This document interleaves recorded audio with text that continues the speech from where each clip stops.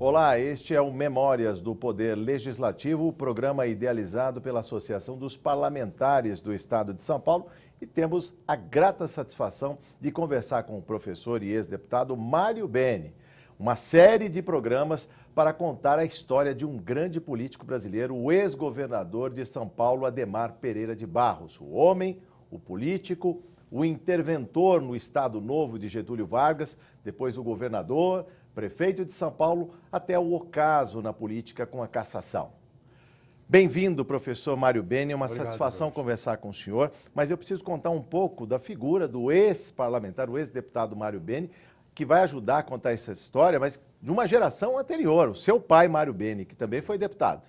Deputado por uma legislatura em São Paulo, deputado estadual, primeiro secretário da Assembleia, e foi depois deputado federal por mais 9 legislaturas. E como foi a relação do seu pai, Mário Beni, com Adhemar Pereira de Barros? Essa relação surgiu, ambos nasceram na cidade de São Manuel.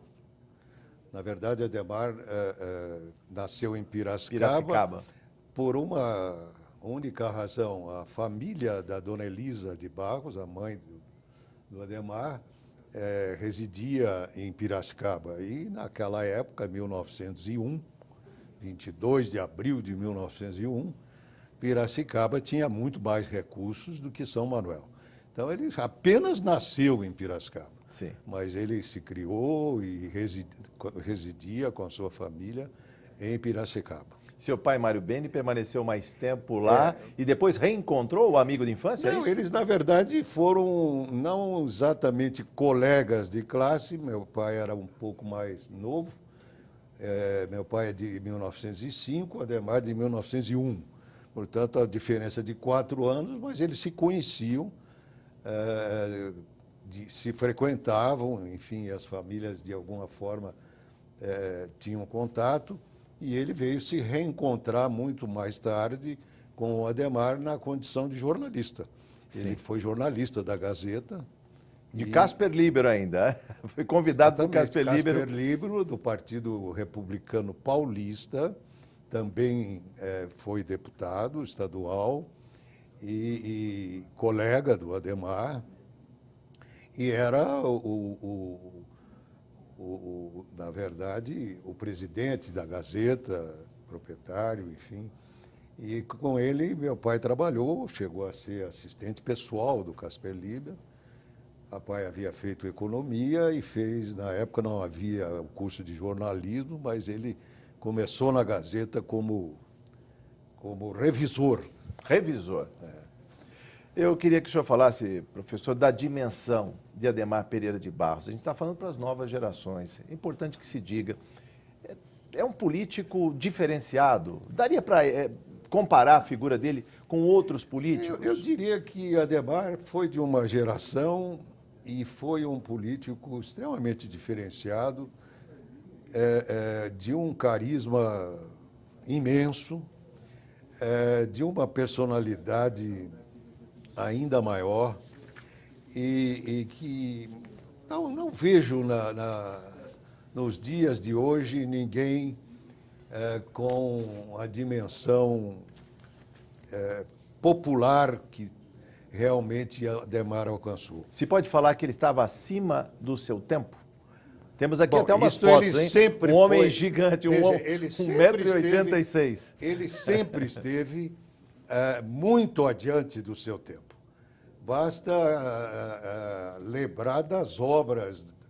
Na interventoria, ele começou, por exemplo, a Via Anchieta, que custou, à época, e foi criticado por isso, por o ministro da Justiça, na época, não me recordo o nome, disse que o Adhemar estava fazendo uma obra de 24 mil contos, não é? E também se referindo ao Hospital das Clínicas. Sim. Falou, isso é uma obra de louco. Ele respondeu ao ministro da Justiça, louco é o senhor que não conhece a dimensão desse país e aonde nós chegaremos um dia. Esse hospital será pequeno ainda para atender a população não só de São Paulo, mas de todo o país. Vaticinava Adhemar de Barros naqueles tempos. Professor, eu queria que o senhor falasse sobre a dimensão humana também. Para quem, antes do político, a gente já está falando do político, falando das obras, mas a dimensão humana. Parece que na família Adhemar de Barros, os Barros, uma safra de políticos, muitos políticos. Sim, na verdade, Adhemar formou-se, vem de uma família abastada, de fazendeiros muito ricos. Seu Tunico Antônio Schmidt de Barros, Antônio Emídio Schmidt de Barros. Imagine, quando o Adhemar nasceu, ele era proprietário de 12 mil alqueires de terra. 12 mil alqueires de terra, e tinha algo em torno de 20 milhões de pés de café plantado. Entre a família, portanto, haviam muitas fazendas na região. Sim. Que avançava para toda a região de Bauru, Botucatu, São Manuel também? São Manuel, principalmente. Até hoje tem plantação de café por lá. Pois é. Professor, sobre a questão da família, né? Essa família, e o senhor lembrava a questão dos políticos que estão na família, né? Então, lembrando, ele, na verdade, formou-se aos 22 anos, médico, na faculdade, a Universidade Federal do Rio de Janeiro, na Praia Vermelha. Fez residência. Aos 24, ele foi a Berlim e fez o mestrado e doutorado na Universidade de Humboldt, em Berlim. Ele fez o doutorado em obstetrícia, clinicou por algum tempo e foi convidado pelo tio, José Schmidt de Barros, que era deputado distrital pela região de Botucatu. Era um deputado distrital. Ele convidou o Adhemar para sucedê-lo. Ele já vinha no terceiro mandato, não quis mais disputar. E o Adhemar, tomando de surpresa, não tinha planos ainda de ser político e veio substituir o tio, 34. E já foi eleito? E foi eleito. De primeira. Claro, ajudado pelo tio. Naquela época, tenta-se agora se introduzir novamente a eleição distrital. Sim. Então, a eleição era praticamente majoritária, porque era um candidato de cada partido disputando aquela determinada região, aquela territorial eleitoral. Então, ele foi eleito deputado em 33 e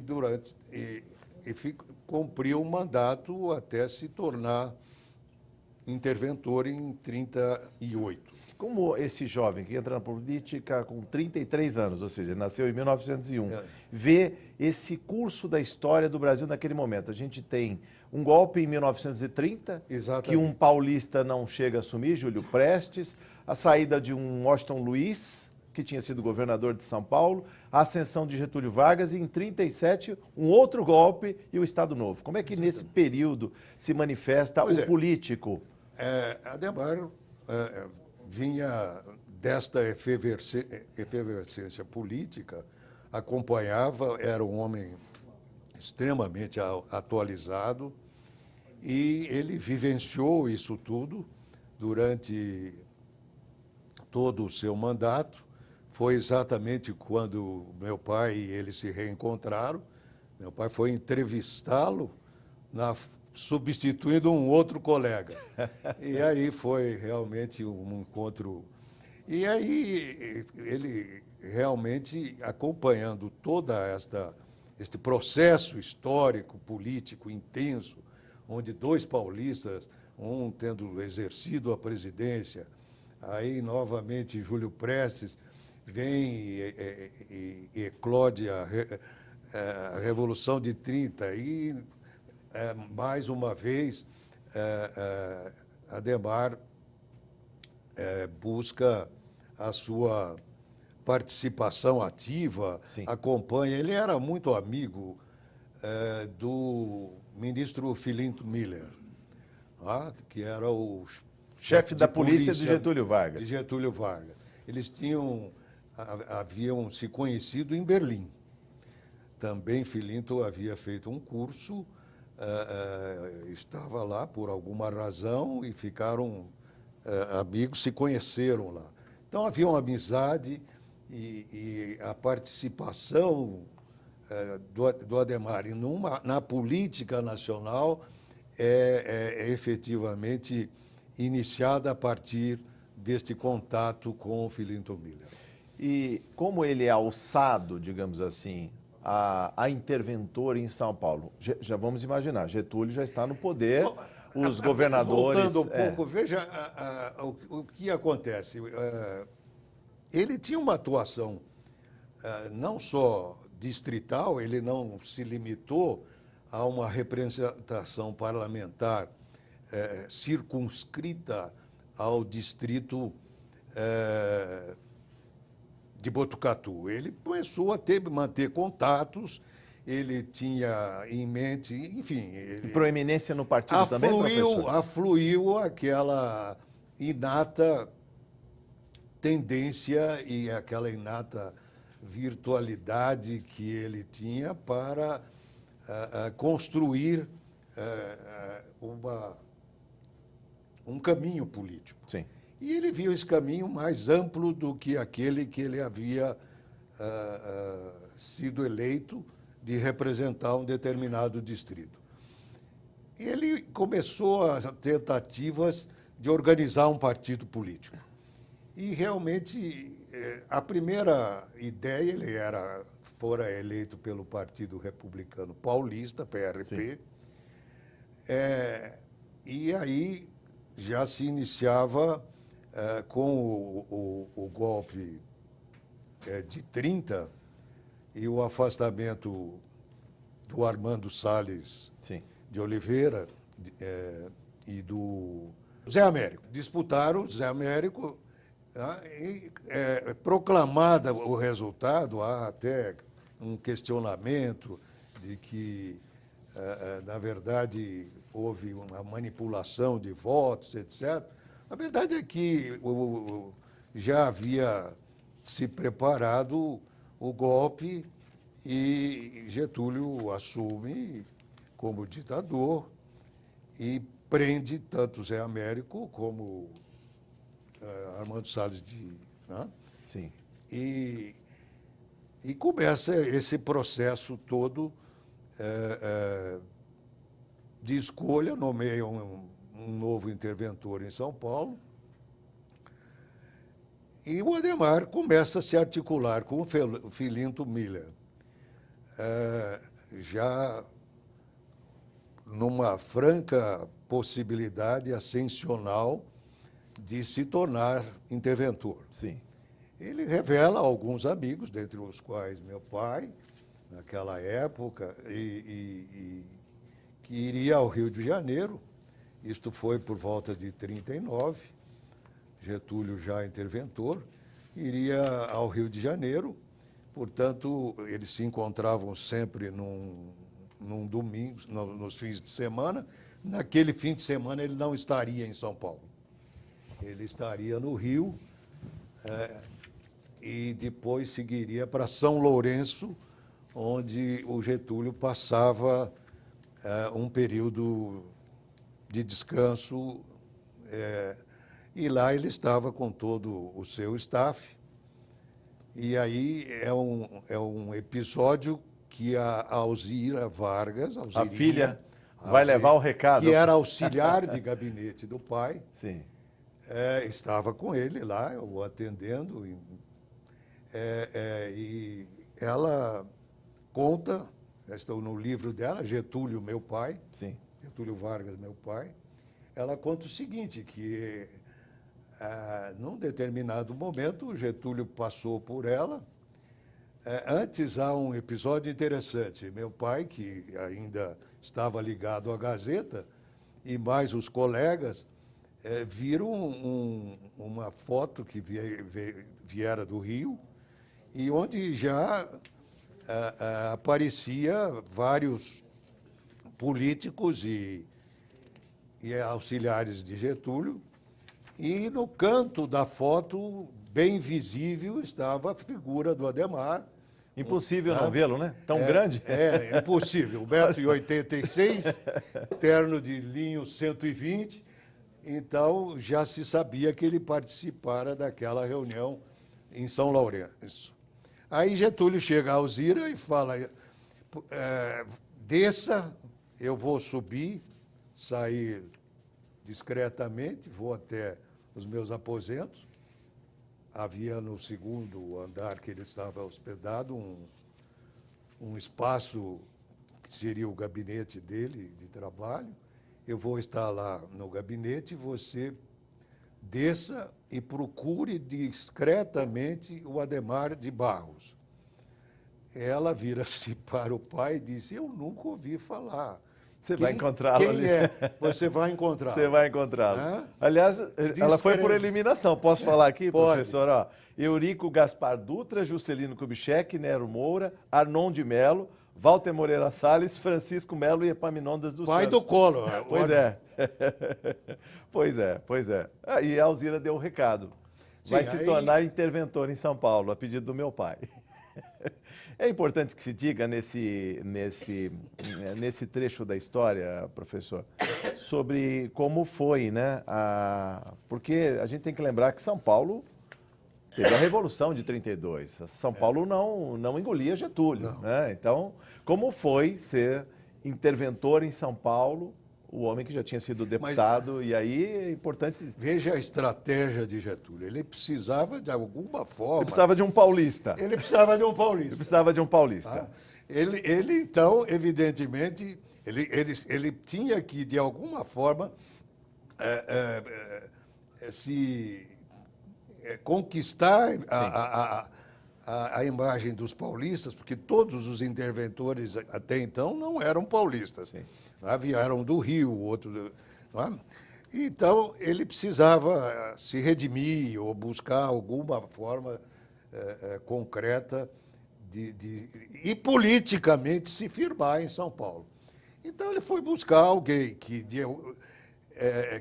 representava as classes conservadoras de São Paulo, portanto, a elite paulista, cafeeira, que tinha perdido ali atrás. Tanto é que o Adhemar, é curioso, pouca gente lembra ou sabe disso. O Adhemar, antes de imaginar que ele pudesse um dia chegar a deputado, ele era muito ligado à União Democrática Nacional, que não lhe deu legenda para... ele precisou sair pelo PRP. O tio era deputado não pelo PRP, mas pela União Democrática Nacional. Na verdade, não era UDN, era Frente, qualquer coisa assim. Depois se tornou UDN. Então, ele era realmente ligado a isso. Ele sempre teve uma preferência e teve uma atração pela UDN, que nunca o aceitou, sempre o rejeitou. Aliás, ele dialogava com outros partidos também, é bom que se diga, né? Aliás, nessa época já se criava o PSP, né? Aí exatamente. O PSP que fez, aliás, muitos governos depois e tudo mais, né? Foi uma outra força. Então, mas quando ele veio como interventor, essa é uma parte muito importante. Diga, professor. Que precisa ser lembrada. Ao assumir a interventoria, ele convocou as grandes lideranças empresariais do estado de São Paulo. Então, há nomes como Guilherme Winter, Waitley, que era do Instituto de Engenharia, enfim. Um gabinete de notáveis. Um gabinete de notáveis, e criou aquilo que foi realmente decisivo para o desenvolvimento do Estado de São Paulo. Ele criou o Conselho Estadual de Desenvolvimento. E esse conselho foi integrado exatamente, alguns deles eram secretários de Estado, como o Guilherme Winter, por exemplo, era secretário da Agricultura, que foi o vice-presidente do conselho. É importante dizer que ele Adhemar, interventor, presidia o Conselho de Expansão Econômica de São Paulo. Tá? Esse foi o primeiro gesto, que o Fleury, de uma certa forma, repetiu no governo dele. Sim. Criou, inspirado no governo, na interventoria do Adhemar, sim, criou o Conselho também de Expansão Econômica do Estado. Tinha outro nome, mas era a inspiração era a mesma. Então, nesse conselho, ele trouxe, era partidário, ele trouxe líderes empresariais de todos os partidos, sim, conservadores, enfim. E a partir daí é que se iniciaram os grandes projetos. Sim. Primeiro, os projetos das hidrelétricas. Já se esboçou... na interventoria. Na interventoria. Tá? Com o Caio Dias Batista e já com o professor Garcês, que era o jovem professor da Poli. Que virou governador de São Paulo. Que virou governador de São Paulo. Lucas Nogueira Garcês. Para completar as obras, o Adhemar tinha uma fixação com o problema de energia e das hidrelétricas. Então, começou já a se esboçar. Aí também a Via Anchieta e a Anhanguera. Sim. As 3 grandes obras e os projetos das hidrelétricas. Então, este conselho foi decisivo. Meu pai era o secretário geral do conselho e, mais tarde, no primeiro governo, ele veio a integrar o secretariado como secretário da Fazenda. Então, o Adhemar era um homem realmente com visão muito além do tempo dele. Muito conciliador. A grande obra da interventoria. Tem que lembrar também, o senhor falou de dar voos mais altos. Sim. Tensionava Adhemar de Barros suceder Getúlio Vargas, porque aí vem o Estado Novo em 37 e todas as candidaturas são abortadas. Eu disse há pouco e repito, ele é um homem que vivia sempre à frente. Ele começou a ver a possibilidade, já que ele chegou interventor, de chegar à presidência da República, nas eleições, ou melhor, retificando. Ele já imaginou o governo do Estado ainda, para, no futuro, chegar à presidência da República. E aí é que aconteceu realmente o primeiro grande entrave. Tá? Veio as eleições de 46, já diretas, e ele chegou um momento que ele anteviu, e sempre assessorado pelos companheiros que se reuniam semanalmente, e aí a testemunha do biógrafo dele, em dizer da necessidade. Eles acabaram porque o Adhemar queria entrar na UDN. Até que ele chegou à conclusão, discutindo com seus companheiros, que a UDN jamais lhe daria a legenda para disputar uma eleição direta para governador. Ele precisava criar o seu próprio partido. Então, ele criou o Partido Republicano Progressista, que durou muito pouco tempo, porque o Plínio Salgado já tinha criado o Partido Republicano Popular. Popular, PRP também. O PRP. Então, roubou a sigla. Ele falou, bom, eu tenho que...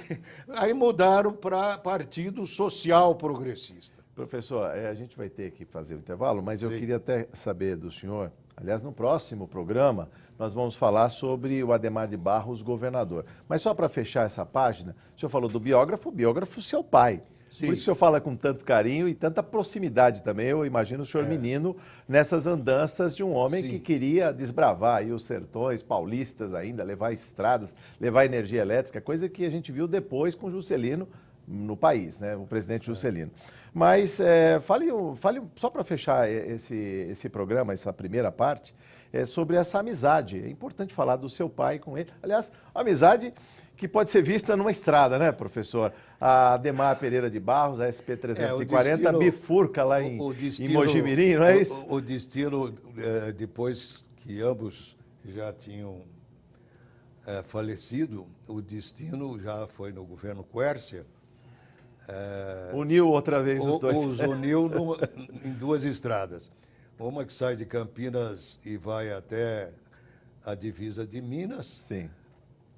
passando por Mojimirim, Pinhal, exatamente, chegando a São João da Boa Vista, e outra que sai de Mogi Guaçu, portanto, afluente, bifurcando, que vai a Casa Branca, que se chama deputado Mário Beni. A SP 340, deputado Mário Beni, e a SP 340 e depois 342 é Ademar Pereira de Barros, duas estradas que confluem ali. O destino e a história os fizeram reencontrar. Que união, não é, professor? Muito bem. Bom, o programa Memórias do Poder Legislativo fica por aqui. No próximo programa, a gente volta com mais um capítulo da trajetória política do ex-governador Ademar de Barros, contada pelo professor Mário Beni. Até lá!